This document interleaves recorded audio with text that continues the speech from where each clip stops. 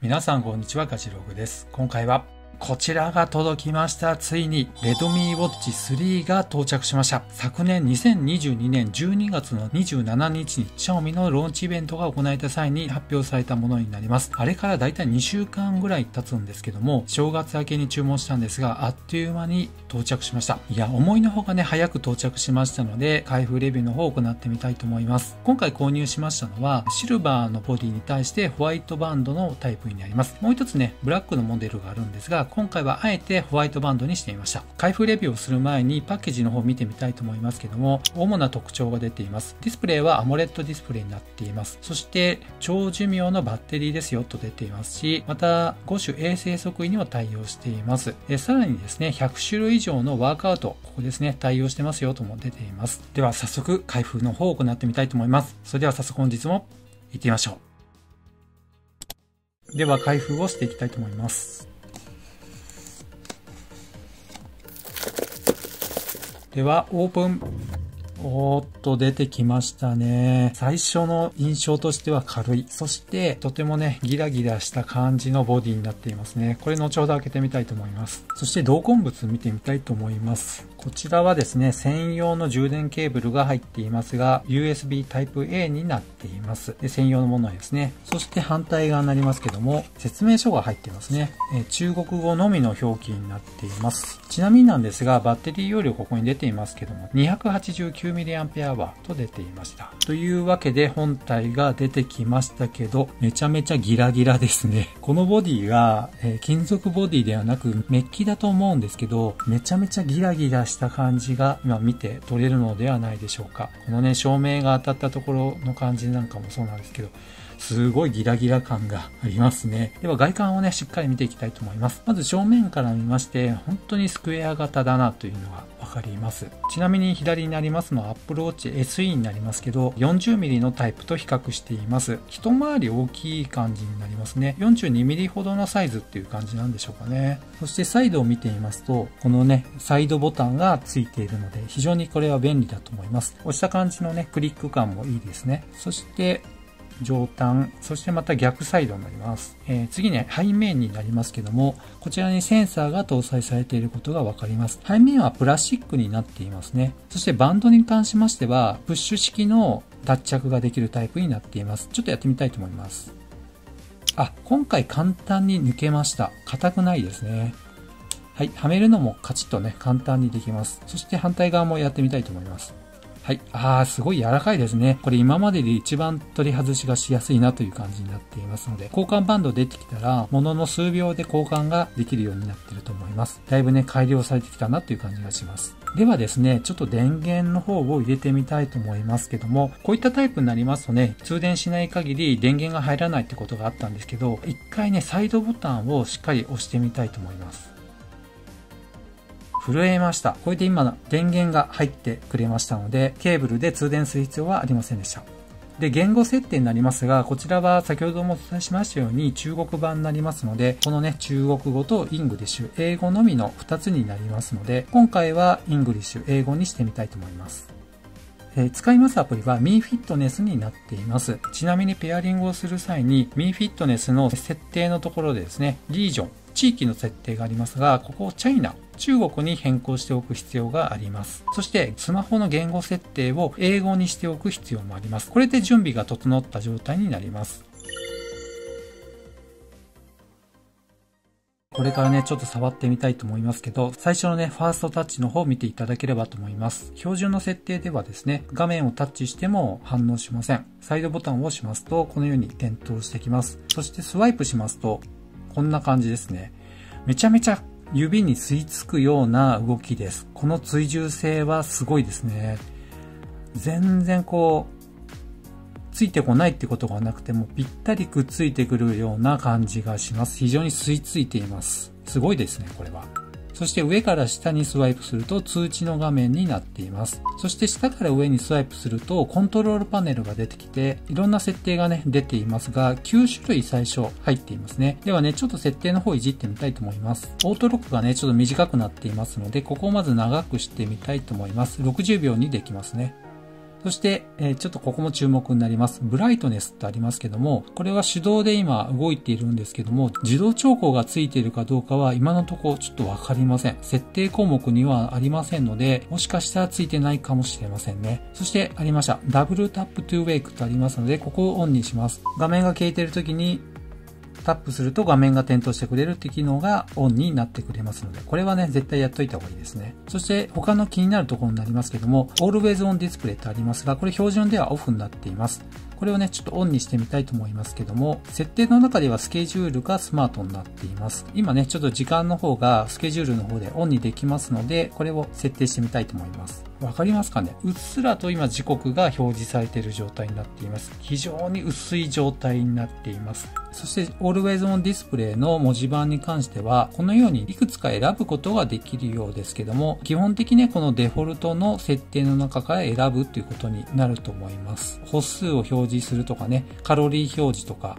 また心拍表示とかね、この辺は多少選べるようにはなっています。これはいいですね。そしてさらにサウンドっていうのがありますけども、サイレントモード、そしてバイブレーション、デフォルト、もしくはストロングとありますのでね、強くバイブレーションもできるようです。だいぶ違いますね。そしてリングとありますけども、これ音をね、鳴らす設定もついています。そしてメディアの音量でしょうかね。こういう風に調整できるようですね。そしてアラーム音も調整できるようです。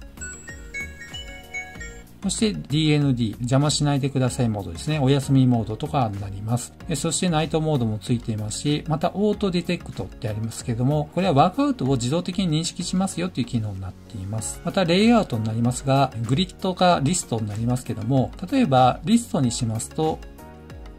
この設定の項目がこのようにね、リスト式になってくれます。この方が個人的にはちょっと見やすいかなっていう気もします。そしてバッテリーですね。今 56% 入っていますけども、デフォルトがバッテリーセーバーモードもついています。これ切り替えることができるのもいいと思います。では他の部分をね、ちょっと見てみたいと思いますが、画面のね、表示領域を確認してみたいと思います。パッと見結構広く表示されていることがわかります。ちなみにですけども、先ほどは Apple Watch をね、お見せしましたけど、こちらは Amazfit の GTS4 Mini というスマートウォッチになります。こんな感じの違いになりますけど、ほぼね、一緒ぐらいかなという感じですね。一回り Redmi Watch 3の方が大きいかなという感じになっています。下から見たところになります。上から見たところになります。そしてね、このサイドから見たところ、また逆側からですね、見たところになりますけど、全体的にこの比較してみますと、こちらは白いディスプレイになっていると思いますが、Amazfit に関しましては、ややね、青みがかっている感じも比較してみるとわかりますね。こうしてみるとよくわかるんではないかなと思います。そして今ね、クリーニングウォーターってありますけど、水を吐き出す機能もついています。これ Apple Watch とかでついてる機能と一緒ですね。そしてちょうどここにね、今スピーカーの穴なのかもしれませんね。そしてこちらにもマイク穴だと思われるものがついています。ではちなみにですね、重さの方を測ってみたいと思います。まずね、0表示をしまして、バンド込みで 37.1g になりました。バンドを外した場合の重さは 23.8g になりました。そしてバンド自体の重さが 13.3g になっています。ではこれからしばらく使ってみたいと思います。はい。というわけでですね、あれから一晩と半日ほど経ったところなんですけども、このね、短い間でもいろんな気づきがありましたので、まとめてみたいと思います。ファーストインプレッションとしての良かった点、そしてちょっとここが気になるなという点をお伝えしたいと思います。まずその良かった点の一つ目になります。それはですね、このディスプレイがかなり綺麗ですね。高精細になっています。で、しかもですね、タッチ操作っていうのが非常に反応が良くて、軽快に動くので本当に快適です。このあたりはディスプレイにちょっとお金かけてるのかなという感じがします。そしてすごく綺麗です。高精細になっていますので、こちらの文字盤に今変更されていますけども、めちゃめちゃね高精細なので、こうシャギっているところはほぼ見えませんね。高解像度のディスプレイが使われているっていうことがわかります。次の点になりますが、先ほどお伝えしましたように動作感が軽快でサクサク動き、不満が全くないという点です。動作感にね不満あると今後ね長く使っていく上上では非常にね、ストレスになりますので、このあたりね、ファーストインプレッションとして感じたっていうのが大きいなと思いました。例えばですけど、このサイドボタンを押しますと、こういったね、メニュー構成が出てきますが、先ほどお伝えしましたようにタッチ反応っていうのが非常に良くて、このようにしっかり追従してくれます。このあたりはね、当たり前のようで当たり前ではないのかなと思いました。ここまでね、タッチ感がいいっていうのは本当久しぶりだなと思います。そして次の良かった点は、通知に関してなんですが、この標準の設定でもしっかり来ます。っていうとね、ちょっとおかしいかもしれませんが、なかなかね、来ないのも多いんですよね。Android と接続している状態にはなっているんですが、標準の設定でね、通知が来ないなっていうことも多いんです。このね、Redmi Watch 3に関しましては、今のところ全く問題なく通知が届いています。そして LINE の通知もそうなんですけど、ちょっとね、試してみたいと思います。ではですね、LINE の音声通話の着信をご覧ください。今ですね、LINE の音声通話の着信中になりましたけど、Vibe は1回振動したっきり、その後 Vibe は今振動していません。今通話が繋がらなかったので不在着信がスマートフォンから飛んできました。こんな感じでですね、LINE のアイコンが表示されていることがわかると思います。しかしながらね、音声通話に関しましては、通常の携帯電話の回線交換式とは違いますので、LINE の電話をここでね、マイク、スピーカーをついているんですけども、それを使って通話することは残念ながらできません。それでは LINE のメッセージがどんな感じで着信するのかもご覧ください。ガジログ、ご視聴ありがとうございますと送ったんですが、聞くという部分の漢字がね、ちょっとおかしい感じで変換されてしまいました。一番最後にね、四角になっている部分は、ニコッとしたマークをね、送っているんですけども、残念ながら絵文字は表示されませんでした。こんな感じにはなりますけど、結局のところこれは中国版のモデルになりますので、ここまで表示してくれれば使い物にはなるなという感じにはなります。ですので、多くを求めなければ、この中国版モデル、英語のメニューで使う形にはなると思いますけどもね、こんな感じなんだなっていうことを踏まえればね、使っていくことができるのではないかなと思います。そして次に良かった点になりますけども、それは文字盤のバリエーションがね、思いのほか多いという点になります。いくつかちょっとダウンロードしたのでお見せしたいと思います。長押ししますと、このように変更が可能になっています。こういったね、デザイナーがデザインしたような文字盤が出ています。結構かっこいいなと思います。これアマレットディスプレイになりますので、黒い部分が結構多いんですけど、省電力にも買うのかなという感じのデザインになっています。そして、Xiaomi 独特のデザインの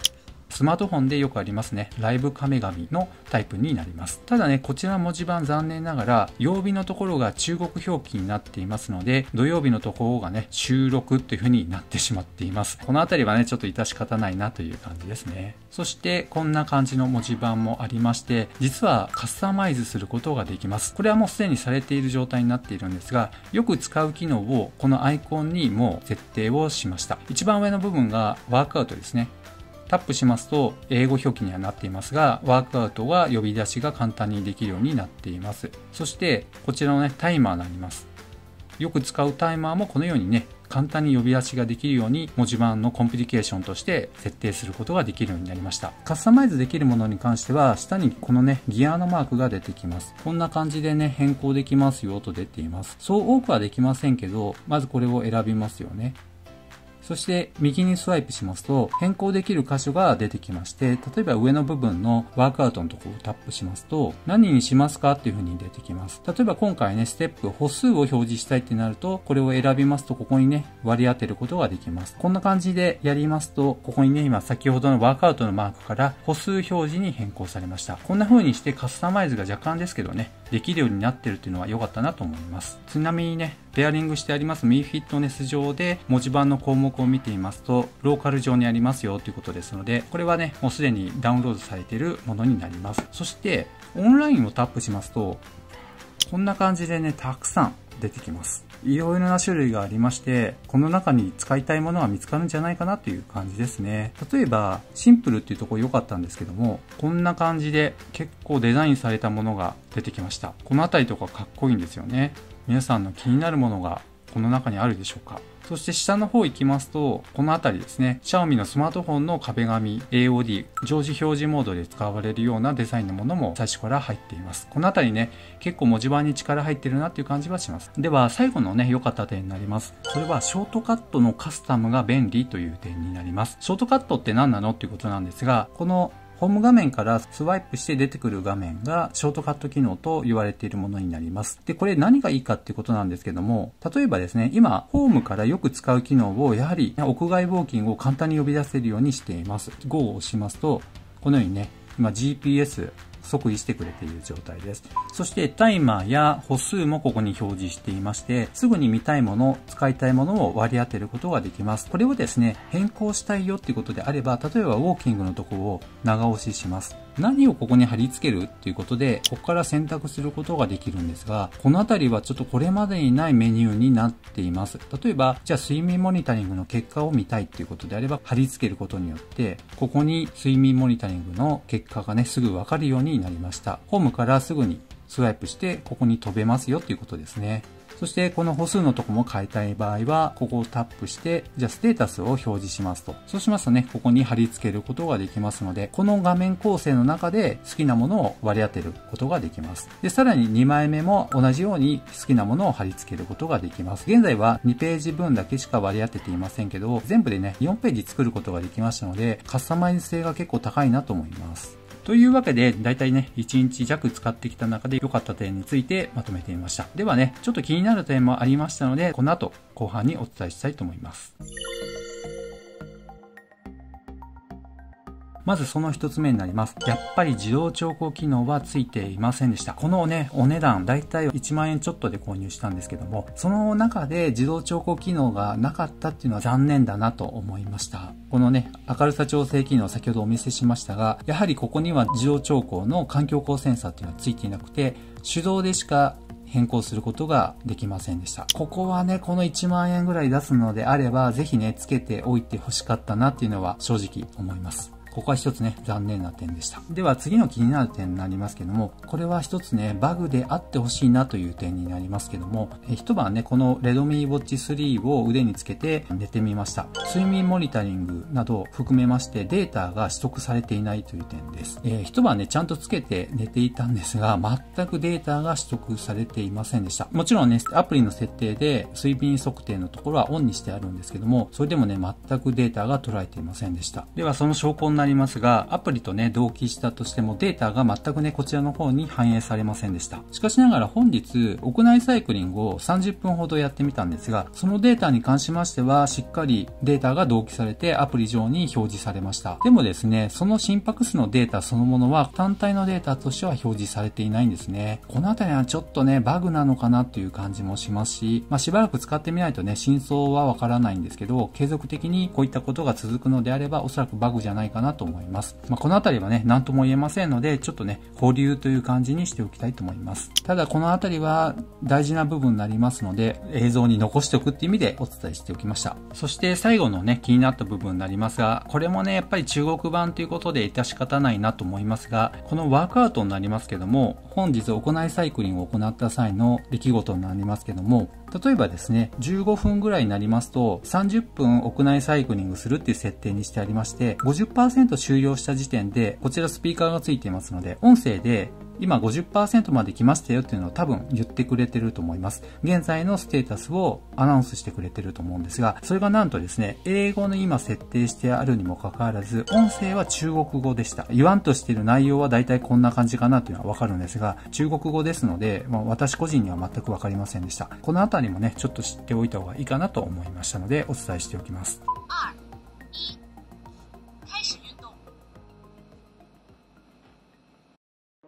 はい。というわけで、ファーストインプレッションをお届けしましたけど、いかがでしょうか？まだ私個人としてもなかなかね、使いこなしているわけではありませんし、まだまだ未知の部分があると思いますので、しばらくね、使ってみて、またレビューの方をお届けできればと思います。それで今回お伝えしましたファーストインプレッションに関しては、あくまでもね、まだ1日も経っていない状況でのレビューになりますので、今後内容が変わってくるかもしれませんので、そのあたりもね、今現在ということでお踏まえいただければと思います。ちなみに購入はですね、アリエクスプレスの方のとあるストアで購入したんですけども、お値段的には1万円ちょっとになっていました。昨今は円安から一転してね、円高の方にちょっと進んでいるっていうのもあって、発表された時よりもだいぶ安く購入ができたのかなと思います。というわけで、今後もね、レビューの方をお届けしたいと思います。この動画が良かったよってことは、高評価。そしてまだの方はぜひ、この機会にチャンネル登録をお願いいたします。ではまた次の動画でお会いしましょう。さよなら。